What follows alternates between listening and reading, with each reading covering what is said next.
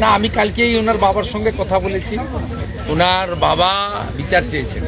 বাইরনপুরের জঘন্যতম ঘটনায় ফির উত্তাল রাজনৈতিক। এই ঘটনায় নিহত ছাত্রীর পরিবারের পাশে দাঁড়ালেন শুভেন্দু অধিকারী। তিনি পরিবারের সাথে থাকবেন এবং সঠিক বিচার এই পরিবারকে দিবেন। ঠিক তিনি কি বলেছেন তা নিয়ে আজকের বিশেষ প্রতিবেদন। বাইরনপুরের কাণ্ডে ইতিমধ্যে একটি সিট গঠন করা হয়েছে। শুভেন্দু অধিকারী জানিয়েছেন যে ঘটনার পর থেকেই নিহত ছাত্রীর পরিবারের সাথে তিনি যোগাযোগ রেখেছেন। পরিবারের পক্ষ থেকে নির্বিচারের দাবি তোলা হয়েছে এবং তাদের অভিযোগের ভিত্তিতেই 4 জনের বিরুদ্ধে মামলা দায়ের করা হয়েছে। আমাদের বর্তমান মুখ্যমন্ত্রী জানিয়েছেন ঘটনার সাথে 2 জন ব্যক্তি জড়িত ছিল, তাদেরকে ইতিমধ্যে গ্রেপ্তার করা হয়েছে। তদন্তর বিষয়ে মুখ্যমন্ত্রী বললেন পুরো বিষয়টা আইজির তথ্যবেদনে রয়েছে। পুলিশের পাশাপাশি এসটিএফ পুরো ঘটনার তদন্ত করছেন। বাকি অভিযুক্তদের খুঁজে বের করার জন্য জোর তল্লাশি চালাচ্ছেন পুলিশ এবং প্রশাসন। আমাদের মুখ্যমন্ত্রীর কথায় পুলিশের কাছ থেকে নিহত ছাত্রীর পরিবার যে ধরনের সহযোগিতার আশা করেছেন সেই সবটুকু সহযোগিতা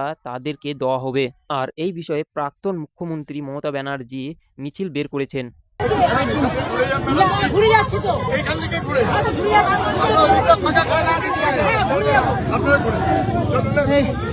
আমাদের পশ্চিমবাংলার প্রাক্তন মুখ্যমন্ত্রী প্রতিবাদ জানাচ্ছে যে যত তাড়াতাড়ি হোক এই বিচারটা সঠিকভাবে এই পরিবারকে যেন দেওয়া হোক। তৃণমূল কংগ্রেসের কিছু লোকাল নেতা তারা চেষ্টা করছে যে কোনো মূল্যে বিজেপিতে আশ্রয় নিয়ে নেওয়া। যে কাজটা ওখানে করেছে সে কাজটা এখানে করতে চাইছে। আমি আপনাদের মাধ্যমে প্রকাশ্যে বলে দিচ্ছি, তৃণমূল কংগ্রেসের কোনো কার্যকর্তা, কোনো লিডার, কোনো তোলাবাজকে বিজেপি গ্রহণ করবে না।